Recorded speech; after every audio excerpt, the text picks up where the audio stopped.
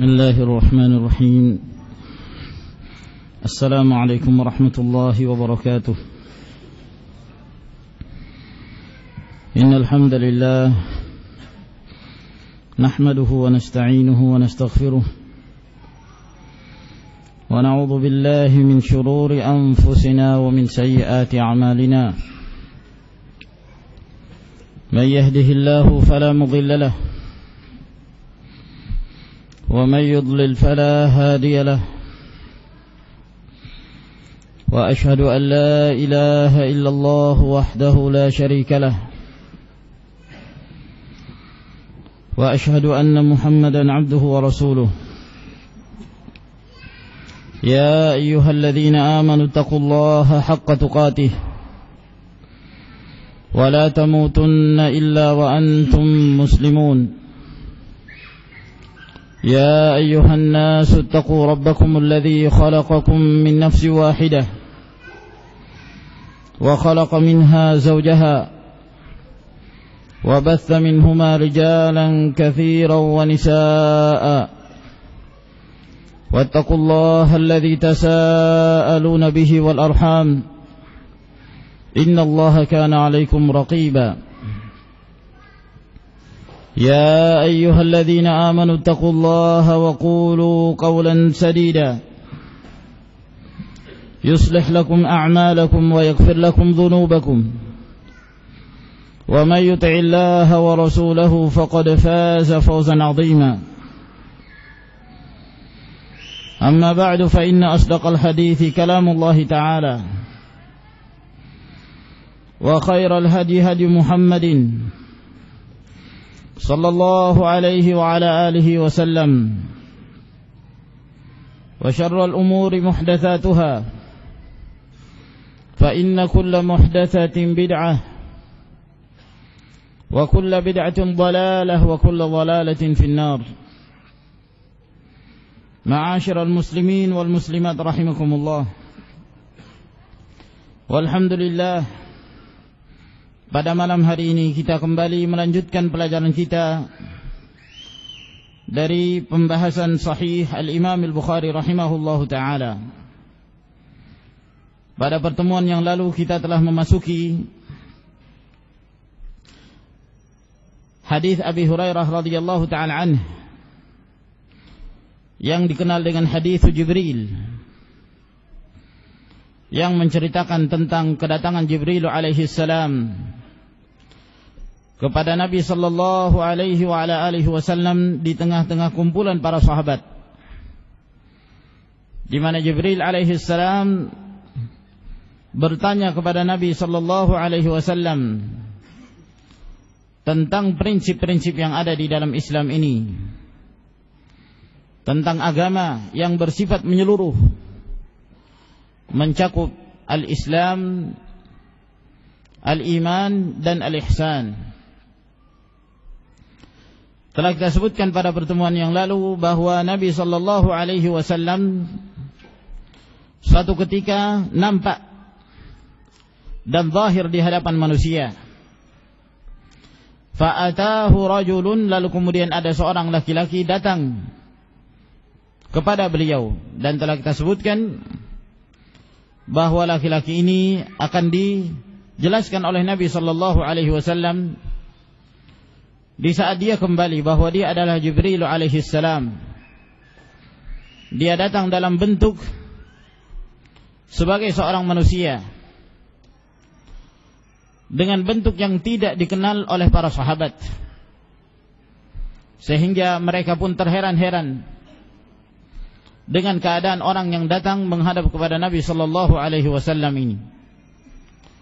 Kalaulah dia termasuk di antara sahabat Nabi yang tinggal di Madinah, maka tentu para sahabat akan mengenalnya dan mengetahui wajahnya. Namun ternyata tidak seorang pun dari penduduk Madinah yang mengetahui wajah beliau alaihi salam. Berarti dia bukan berasal dari Madinah, dia berasal dari tempat yang lain. Kalau berasal dari tempat yang lain, itu menunjukkan bahwa dia telah melakukan perjalanan safar dari kampungnya sampai ke Madinah dan ingin bertemu dengan Nabi sallallahu alaihi wasallam. Namun yang mengherankan para sahabat bahwa dari ciri-ciri orang tersebut, rambutnya sangat hitam, jenggotnya sangat hitam, dan pakaiannya sangat putih. Sehingga kata Umar bin Al-Khattab radhiyallahu ta'ala anhu, la yura alaihi atharus safar. Tidak nampak pada dia ada bekas-bekas perjalanan. Maka ini semakin menambah keheranan para sahabat Nabi ridwanullahi alaihim ajma'in. Walhasil bahwa orang ini datang kepada Nabi sallallahu alaihi wasallam dan duduk di hadapan Rasulullah alaihi salatu wassalam, lalu menyandarkan kedua lututnya kepada dua lutut Nabi alaihi salatu wassalam dan meletakkan kedua tangannya di atas kedua paha beliau alaihi salam. Faqala, lalu kemudian orang ini bertanya kepada Rasulullah sallallahu alaihi wasallam, mal imanu, apakah yang dimaksud dengan al-iman? Qala al-imanu an tu'mina billah wa malaikatihi wa biliqaihi wa rusulihi wa tu'mina bil ba'thi. Beriman itu adalah engkau beriman kepada Allah, beriman kepada malaikat-malaikatnya, beriman bahwa engkau akan bertemu Allah, dan beriman kepada rasul-rasulnya, dan engkau beriman kepada adanya hari kebangkitan. Ini adalah merupakan prinsip-prinsip keimanan yang dijelaskan oleh Rasulullah sallallahu alaihi wasallam. Yang pertama adalah beriman kepada Allah, dan tidak sempurna keimanan seseorang terhadap Allah Subhanahu wa taala sampai dia menyempurnakan keimanannya dalam 4 perkara. Yang pertama, dia beriman tentang wujudullah, tentang wujudnya Allah Azza wa Jalla, bahwa Allah Subhanahu wa taala itu benar adanya. Dan yang menunjukkan adanya Allah Azza wa Jalla adalah seluruh jagat raya ini,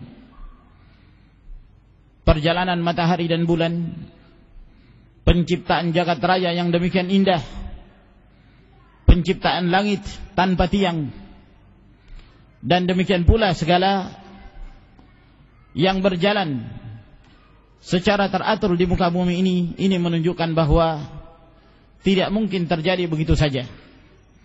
Namun pasti ada yang menjalankannya, pasti ada yang senantiasa mengaturnya, dan dialah Allah Subhanahu wa ta'ala. Seorang A'rabi dengan fitrahnya, dia mengatakan, al-ba'ratu tadullu 'ala al-ba'ir wal atharu yadullu 'ala al-masir wa khalqus samawati wal ard wa ma bainahuma wa ma fihima afala yadullu 'ala al-alimil khabir. Bahwa adanya tahi unta itu menunjukkan bahwa ada unta yang pernah lewat di situ, dan adanya jejak perjalanan menunjukkan bahwa ada orang yang pernah berjalan di situ. Maka demikian pula penciptaan langit dan bumi dan apa yang ada di antara keduanya dan segala isinya, yang demikian menunjukkan atas adanya Al-Alimul Khabir, Allah Subhanahu wa ta'ala yang maha berilmu dan maha berkuasa. Maka ma'asyiral ikhwah rahimakumullah, tidak seorang pun dari kalangan manusia yang mengingkari perkara ini kecuali mereka yang benar-benar ingkar terhadap wujudur Rabb, dari kaum komunis dan yang semisal mereka, dari ad-dahriyah, orang-orang yang tidak beriman dengan adanya pencipta.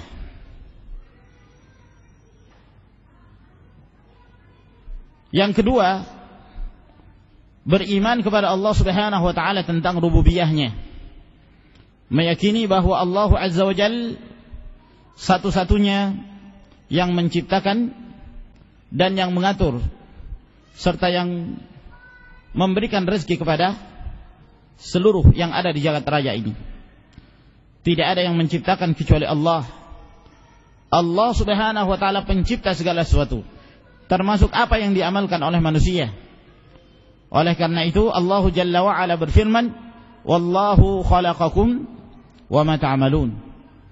Allah yang menciptakan kalian dan apa yang kalian amalkan. Demikian pula yang memberi rezeki adalah Allah Subhanahu wa ta'ala. Apapun yang kita rasakan dari kenikmatan hidup, ketenangan hidup, kebahagiaan mendapatkan rezeki, mendapatkan mata pencaharian yang halal, maka itu semua adalah pemberian dari Allah Jalla wa Ala. Wa ma bikum min ni'matin fa min Allah. Apapun yang kalian rasakan dari kenikmatan, maka itu datangnya dari Allah Subhanahu wa ta'ala. Sehingga setiap makhluk yang ada di jagat raya ini, tatkala mereka mendapatkan kenikmatan, itu adalah pemberian dari Allah Jalla wa Ala. Tidak ada perbedaan dalam hal ini, apakah mereka itu mukmin ataukah mereka kafir, apakah mereka beriman kepada Allah Jalla wa Ala ataukah mereka orang-orang yang tidak percaya kepada Rabb. Apa saja yang mereka rasakan semuanya datang dari Allah Subhanahu wa ta'ala. Di dalam hadis yang diriwayatkan oleh Al-Imam Al-Bukhari rahimahullahu ta'ala dari hadis Abu Musa Al-Asy'ari, kata Nabi sallallahu alaihi wasallam, ma ahadun asbara ala adha sami'ahu min Allah yad'una lahu al-walada thumma yu'afihim wa yarzuquhum. Tidak ada satupun yang maha penyabar dari Allah Subhanahu wa ta'ala. Di antara hambanya ada yang mengatakan bahwa Allah itu memiliki anak, seperti Nasara yang mengatakan Allah memiliki anak, Isa itu adalah anak Allah. Al-Yahud yang mengatakan Uzair itu adalah anak Allah. Orang-orang musyrikin yang mengatakan bahwa para malaikah itu adalah anak-anak wanitanya Allah. Mereka menyekutukan Allah dalam beribadah. Thumma yu'afihim wa yarzuquhum. Akan tetapi yang menunjukkan maha penyabarnya Allah, Allah tetap memberikan kesehatan kepada mereka dan Allah tetap memberikan rezeki kepada mereka. Jadi apapun yang dirasakan, walaupun orang tersebut min afjaril fujjar, orang yang paling kafir, orang yang paling berbuat maksiat, maka dia pun mendapatkan kenikmatan selama hidup di muka bumi ini. Datangnya dari Allah Jalla wa Ala. Kemudian yang ketiga adalah beriman tentang uluhiyatullah, tauhidul uluhiyah, yang maknanya adalah mentauhidkan Allah Subhanahu wa ta'ala dalam beribadah kepadanya. Segala jenis ibadah kita harus menyerahkannya hanya untuk Allah Subhanahu wa ta'ala. Ikhlas hanya untuknya. Wa ma umiru illa liya'budullah mukhlishina lahud-dina hunafa wa yuqimus salata wa yu'tuz zakah wa dzalika dinul qayyimah. Tidaklah mereka diperintahkan kecuali agar mereka menyembah hanya kepada Allah Jalla wa Ala,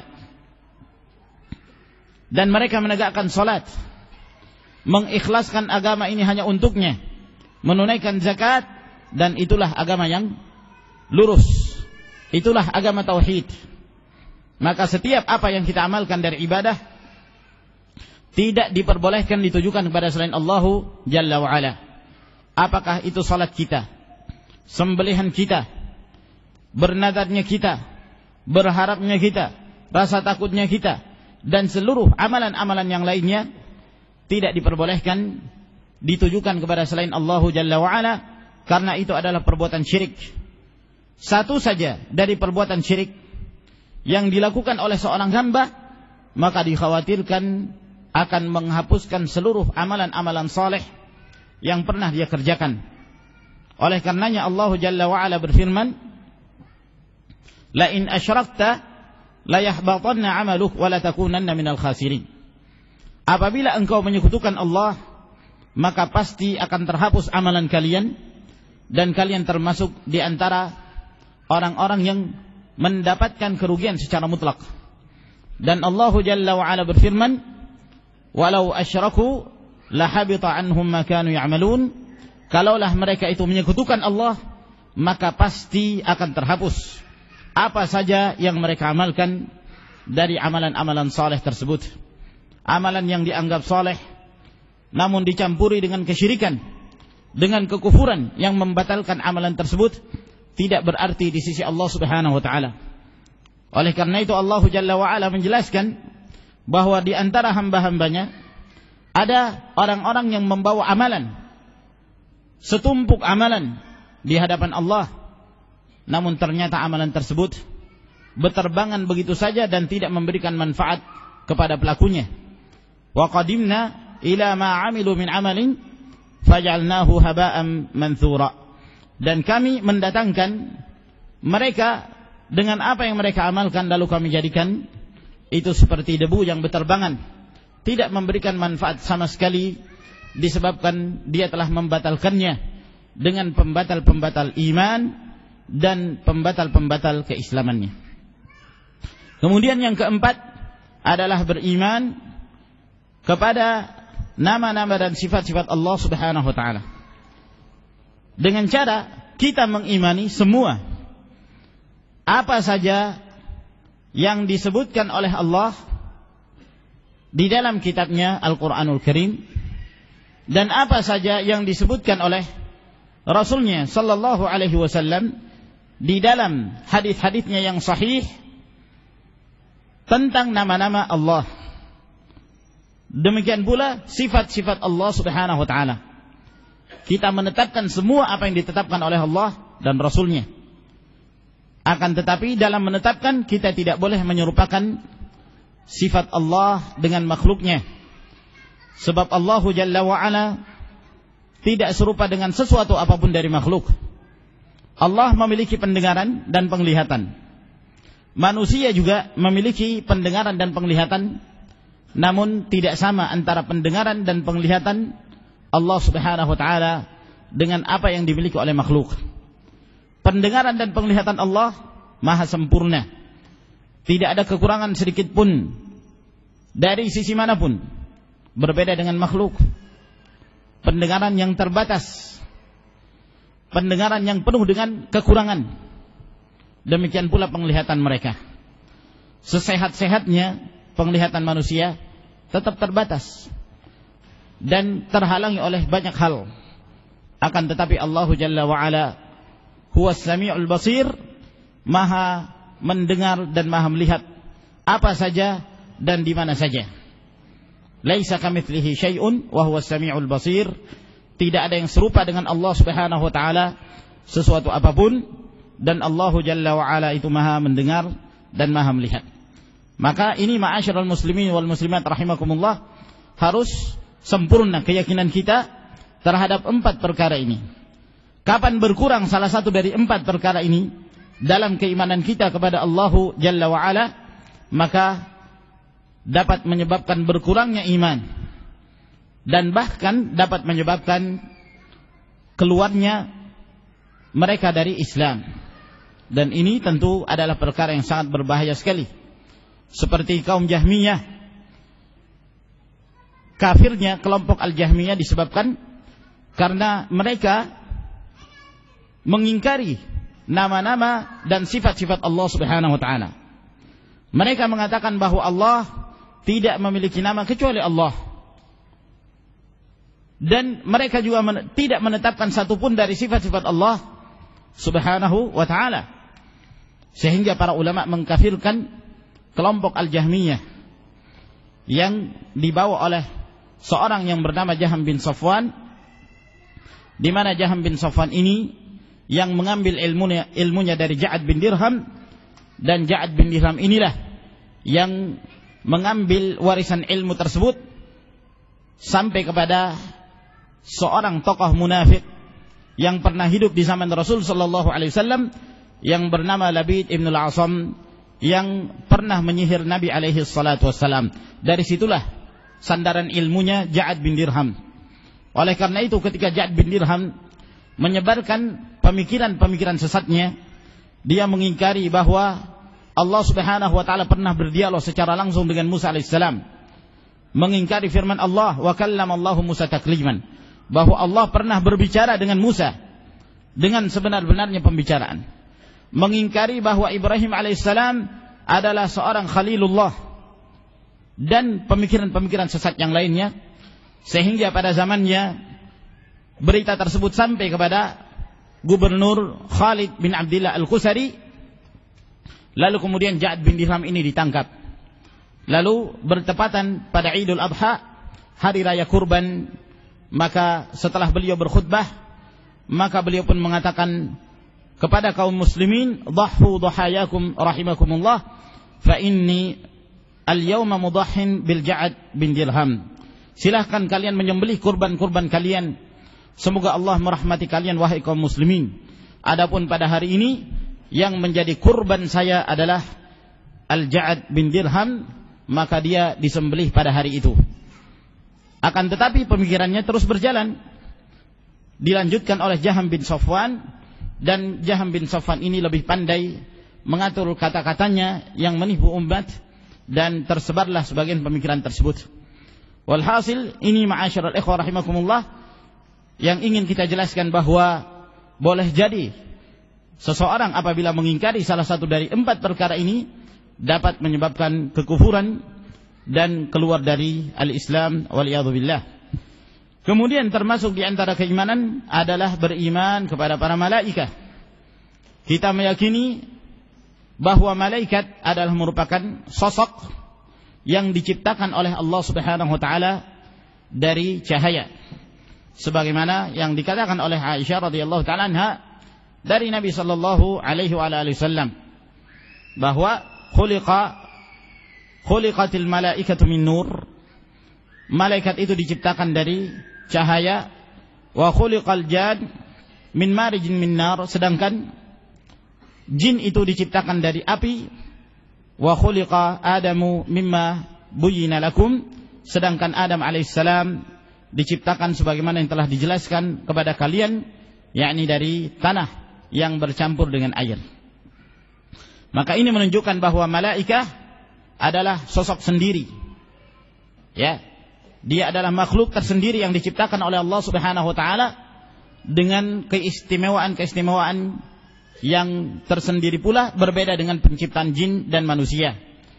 Malaikat tidak punya syahwat. Para malaikat, mereka adalah hamba-hamba yang mulia, yang senantiasa taat kepada Allah Subhanahu wa taala, dan mereka tidak pernah berbuat maksiat.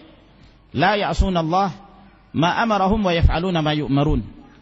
Dan para malaikat ini jumlahnya banyak sekali, sampai disebutkan di dalam hadis yang diriwayatkan oleh Al-Imam Al-Bukhari dan Muslim, ketika Rasulullah sallallahu alaihi wasallam melakukan perjalanan Al-Isra wal Mi'raj, lalu kemudian beliau memasuki Al-Baitul Ma'mur, tempat tawafnya para malaikat di langit. Lalu kemudian Rasulullah sallallahu alaihi wasallam melihat para malaikat, mereka sedang tawaf, dan dikatakan kepada beliau bahwa setiap hari yang tawaf di Al-Baitul Ma'mur itu ada 70.000 malaikat. Apabila mereka telah selesai tawaf, mereka keluar dan tidak kembali lagi. Sehingga yang berikutnya adalah 70.000 malaikat yang lainnya. Setelah mereka tawaf, keluar lagi dan tidak kembali lagi. Dan begitu seterusnya. Ini menunjukkan sangat banyak sekali ciptaan Allah Subhanahu wa taala terhadap malaikat. Tidak ada yang mengetahui jumlahnya kecuali Allah Subhanahu wa ta'ala. Yang wajib bagi kaum muslimin adalah beriman dengan adanya malaikat tersebut, dengan tugas-tugas yang Allah Subhanahu wa ta'ala berikan pada mereka. Wajib mengimani seluruh malaikat, baik yang kita ketahui maupun yang tidak kita ketahui. Baik yang kita ketahui namanya, seperti malaikat Jibril, Mikail, Israfil, apalagi malaikat yang diketahui namanya Malik, Ridwan, kemudian Naam, ya, dan yang lainnya. Adapun yang disebutkan Israil ini dari al-Israiliyat. Tidak sahih dari Nabi sallallahu alaihi wasallam menamakan malakul maut dengan penamaan Israil, sebagaimana yang disebutkan oleh sebagian mereka. Tidak sahih dari Nabi sallallahu alaihi wasallam. Dan juga penamaan Munkar dan Nakir. Ini terjadi khilaf di kalangan para ulama. Namun Asy-Syaikh Al-Albani rahimahullahu taala beliau mensahihkan hadis yang diriwayatkan oleh At-Tirmidzi ketika menjelaskan tentang orang yang dikubur lalu kemudian didatangi oleh dua malaikat, ahaduhuma al-munkar wal akharun nakir, yang satunya bernama Munkar dan yang kedua bernama An-Nakir. Walaupun terjadi khilaf, namun Asy-Syaikh Al-Albani mensahihkan riwayat tersebut.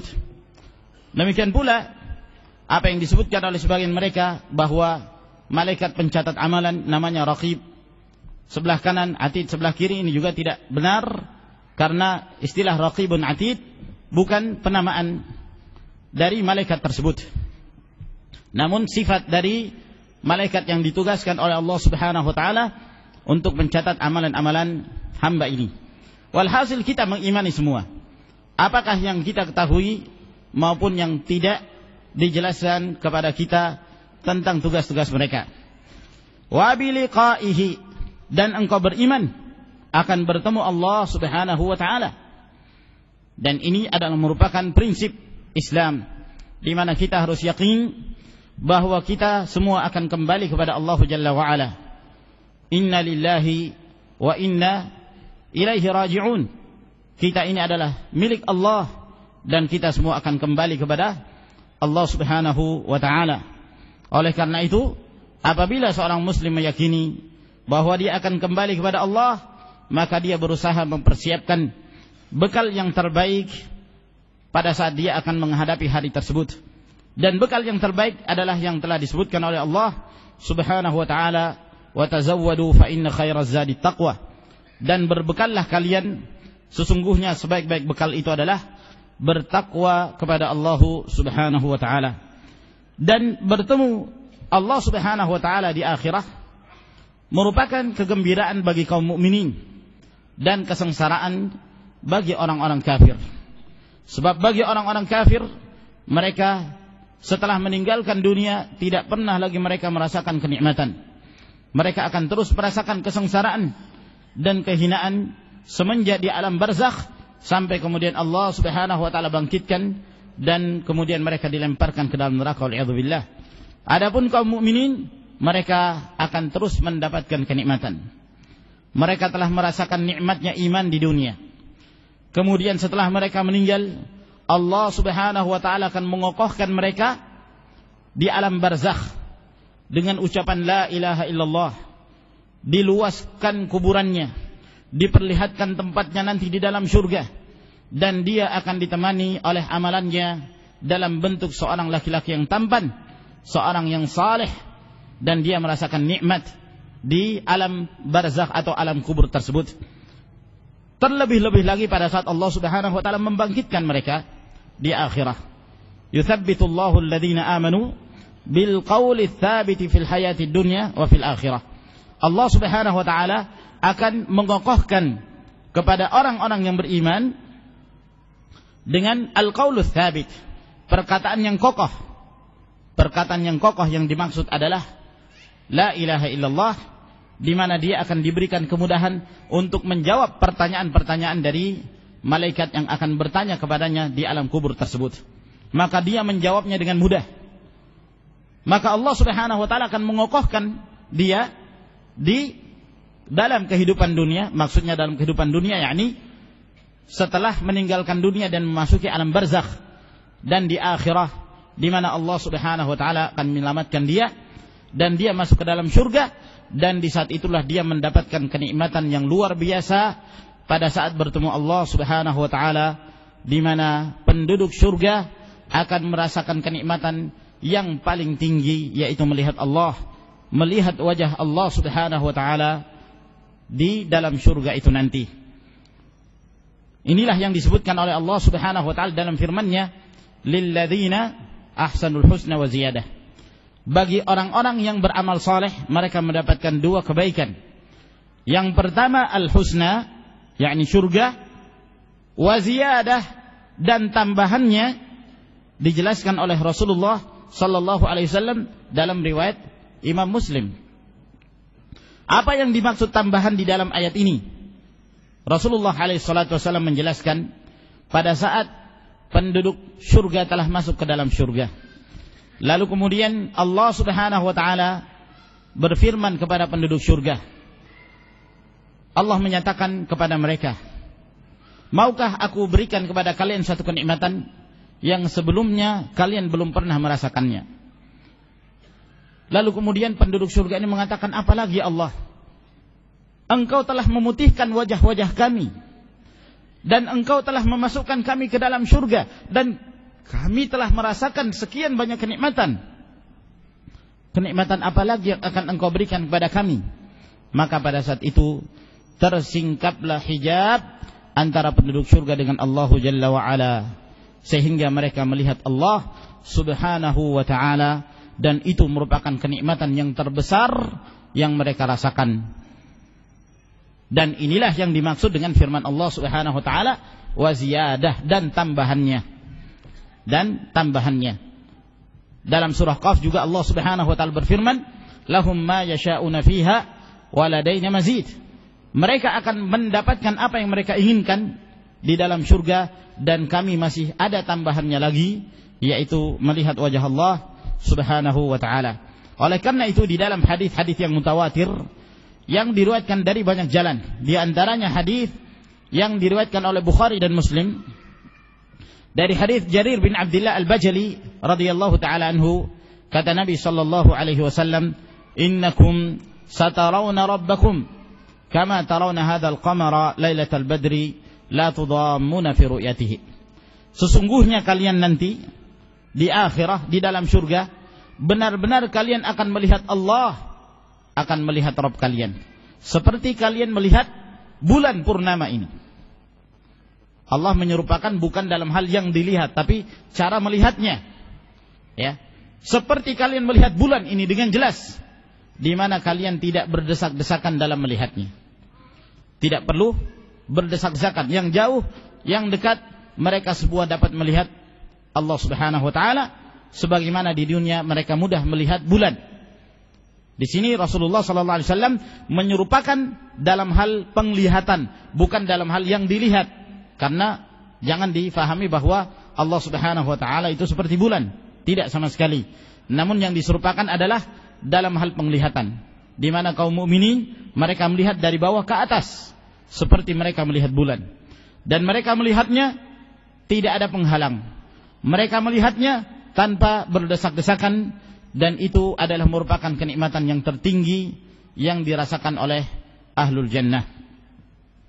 Kemudian Rasulullah sallallahu alaihi wasallam menyebutkan, wa rusulihi, engkau beriman kepada rasul-rasulnya yang diutus oleh Allah Subhanahu wa ta'ala, yaitu dari kalangan para nabi dan rasul. Wajib bagi kita untuk mengimani semua rasul yang diutus oleh Allah Subhanahu wa ta'ala. Tidak diperbolehkan bagi kita mengingkari seorang pun dari rasul. Oleh karena itu telah kafirlah orang-orang Yahudi di saat mereka mengimani kerasulan Musa alaihissalam, namun mereka mengingkari Rasul Muhammad bin Abdullah sallallahu alaihi wasallam. Maka mereka menjadi kafir. Karena mengingkari seorang rasul berarti telah mengingkari seluruh dari kalangan para rasul yang diutus oleh Allah Subhanahu wa taala. La nufarriqu baina ahadin min rusulih. Kita tidak boleh membeda-bedakan seorang pun dari kalangan rasul-rasul yang diutus oleh Allah Subhanahu wa taala.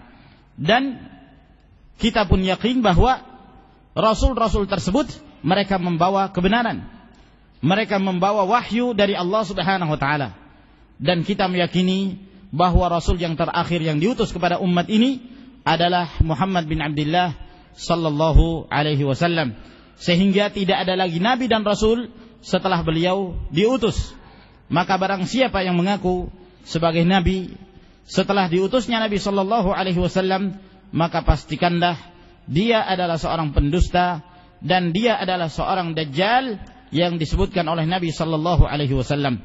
Dalam riwayat Bukhari dan Muslim dari hadis Abu Hurairah radhiyallahu taala anhu, Rasulullah sallallahu alaihi wasallam bersabda, "La taqumus sa'atu hatta yub'atha dajjaluna kadzabuna qariban min 30 kulluhum yaz'umu annahu Rasulullah."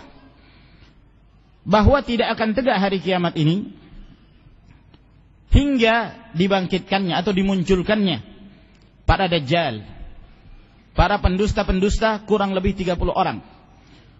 Mereka semua mengaku sebagai utusan Allah, sebagai nabi, sebagai rasul. Maka ini adalah pendusta-pendusta. Wala nabiyya ba'di, kata Nabi alaihi salatu wasallam, tidak ada nabi setelah aku. Maka siapa saja, apakah dia Musailimah atau Al-Ansi atau rasulnya Al-Qiyadah Al-Islamiyah atau nabinya Al-Ahmadiyah, ya, atau yang lainnya, siapa saja yang mengaku sebagai nabi, maka pastikan bahwa mereka adalah para pendusta, para dajjal, sebagaimana yang telah dikabarkan oleh Rasulullah sallallahu alaihi wa ala alihi wasallam. Maka kewajiban kita adalah beriman kepada seluruh rasul, apakah yang kita ketahui maupun yang tidak kita ketahui.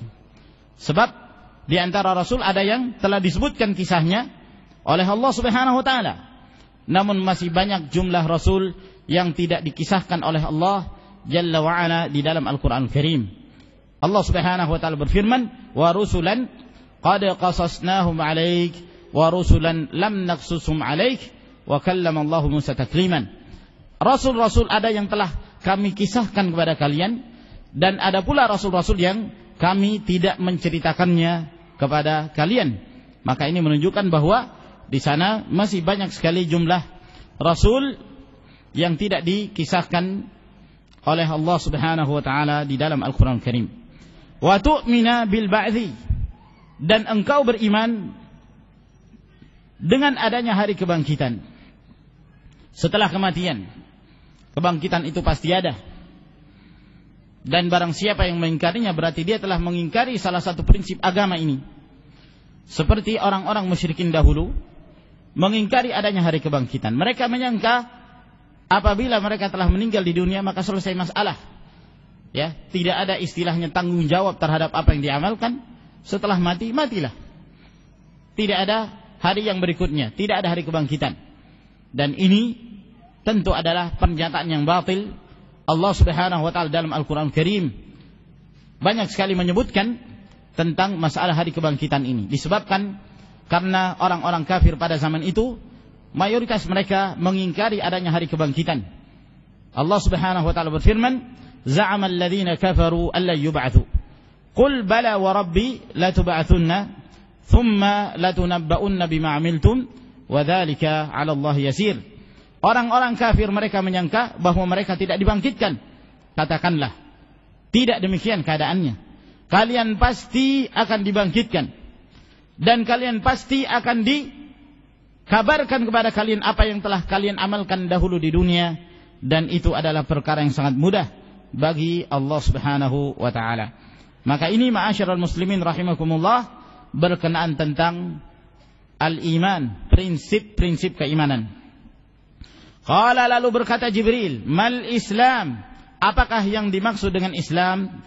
Qala, kata Rasulullah sallallahu alaihi wasallam, "Al-Islamu an ta'budallaha wa la tusyrika bih." Islam itu adalah engkau menyembah hanya kepada Allah dan engkau tidak menyekutukan dalam beribadah kepadanya. Wa tuqimas salata, dan engkau menegakkan salat. Wa tu'addiyaz zakatal mafruḍah, dan engkau menunaikan zakat yang telah diwajibkan. Wa tasuma ramadhana, dan engkau berpuasa pada bulan Ramadan.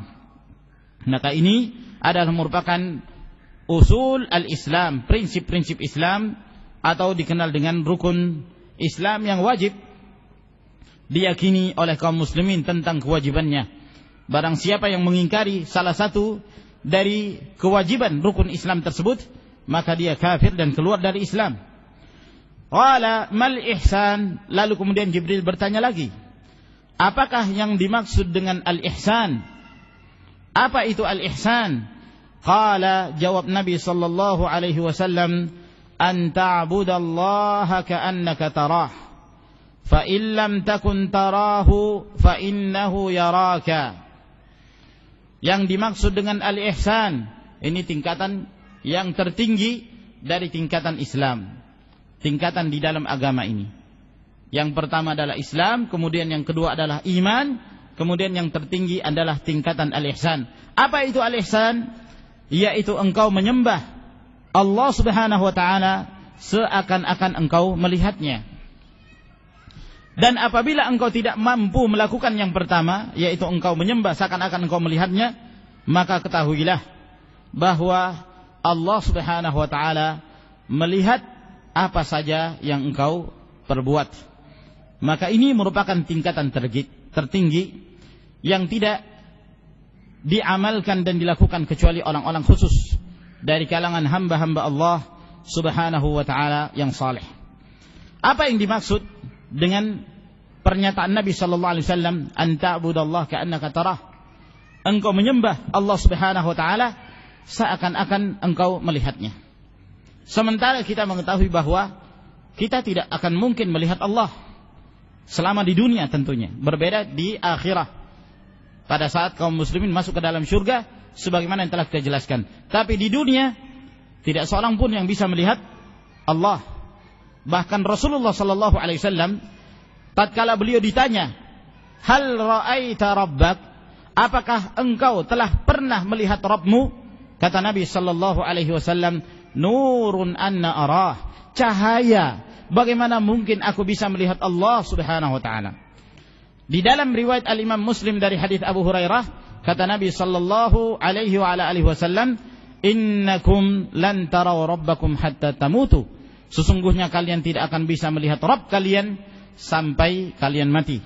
Jadi ini menunjukkan bahwa di dunia tidak seorang pun dari kalangan makhluk ini yang pernah melihat Allah Subhanahu wa ta'ala di alam sadar. Di alam sadar, ya, berbeda kalau di alam mimpi. Mungkin Rasulullah sallallahu alaihi wasallam pernah melihat Rabbnya di dalam mimpinya. Demikian pula yang diriwayatkan dari al-Imam Ahmad rahimahullahu taala bahwa beliau pernah bermimpi melihat Allah Subhanahu wa ta'ala. Tapi di alam sadar tidak seorang pun yang pernah melihat Allahu Jalla wa Ala. Lalu apa yang dimaksud dengan hadis Nabi sallallahu alaihi wasallam ini? Engkau menyembah kepada Allah seakan-akan engkau melihatnya. Yang dimaksud adalah seseorang menghadirkan dirinya, ya, dan menghadirkan rasa khasyah, rasa takutnya, seakan-akan Allah Subhanahu wa ta'ala hadir di hadapannya dan dia melihatnya. Ya, kita berikan permisalan dalam hal ini mimbabi taqribil faham, untuk mendekatkan pemahaman kita. Seorang pegawai misalnya, ya, berbeda kalau dia bekerja di sebuah ruangan yang tidak seorang pun pengawas yang melihat dia, ya kan? Beda halnya apabila di situ ada pimpinannya yang mengontrol secara langsung. Biasanya dia lebih, ya, serius, dia lebih bersungguh-sungguh di dalam mengerjakan pekerjaan. Kenapa? Karena dia melihat bosnya secara langsung di hadapannya. Nah, dalam keadaan ketakutan dia kalau terjadi kesalahan dalam pekerjaan. Berbeda kalau tidak ada bos misalnya, ya, mungkin dia santai, dia tertidur, ya ketiduran dan seterusnya. Nah, sehingga pada saat dia terlihat oleh bosnya maka dia dalam keadaan ketakutan. Ini tingkatan yang pertama. Tingkatan yang kedua, dia tidak melihat bosnya, dia tidak melihat pengawasnya, tapi dia yakin bahwa pasti dia dilihat. Nah, ibaratnya seperti ruangannya itu sudah dikontrol dengan kamera, ya, kamera pengawas. Dia tidak melihat, tapi dia yakin bahwa bosnya pasti memperhatikan dia, melihat dia. Nah, ini namanya muraqabah. Jadi tingkatan yang pertama adalah al-khasyah, rasa takutnya kepada Allah Subhanahu wa ta'ala yang sangat. Sedangkan tingkatan yang kedua, apabila engkau tidak mampu yang pertama, maka ketahuilah bahwa Allah melihat kamu. Ini adalah tingkatan al-muraqabah, merasa diawasi dan diperhatikan oleh Allah Subhanahu wa ta'ala. tingkatan yang tertinggi adalah yang pertama, menghadirkan rasa khasyah yang sangat ya dalam beribadah kepada Allah Subhanahu wa taala. Oleh karena itu, kalau kita perhatikan ibadahnya para sholihin, ibadahnya Rasulullah sallallahu alaihi wa ala alihi wasallam, subhanallah, tingkatan yang tertinggi, sehingga beliau apabila mengerjakan salat, di dadanya itu terdengar aziz ka azizil mirjal, ya, seperti air yang mendidih, menunjukkan isakan tangis beliau alaihi salatu wassalam. Di antara para ulama ussalaf ada yang tidak mampu menahan dirinya ketika mengerjakan salat, apalagi di saat dia mendengarkan lantunan Al-Qur'anul Karim.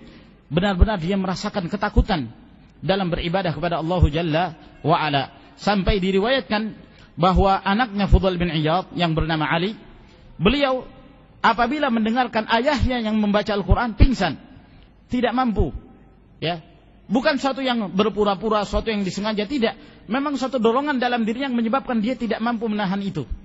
Nah, sampai suatu ketika, ya, ayahnya yang menjadi imam, biasanya kalau dia mengetahui anaknya ada yang sholat di belakangnya, maka dia membaca dengan bacaan yang biasa, ya, agar kemudian dia tidak mengkhawatirkan anaknya. Suatu ketika dia tidak mengetahui kalau anaknya sholat di belakangnya, maka dia membaca dengan bacaan yang indah sekali, yang menyebabkan anaknya jatuh tersungkur dan meninggal di dalam sholatnya, meninggal rahimahullahu ta'ala.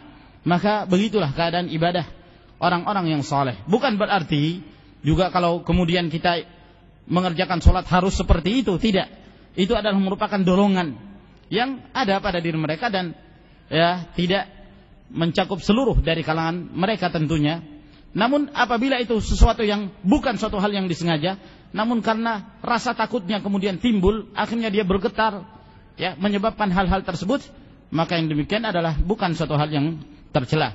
Intinya bahwa ini adalah merupakan keadaan ibadahnya orang-orang yang benar-benar merasa diawasi oleh Allah Subhanahu wa taala.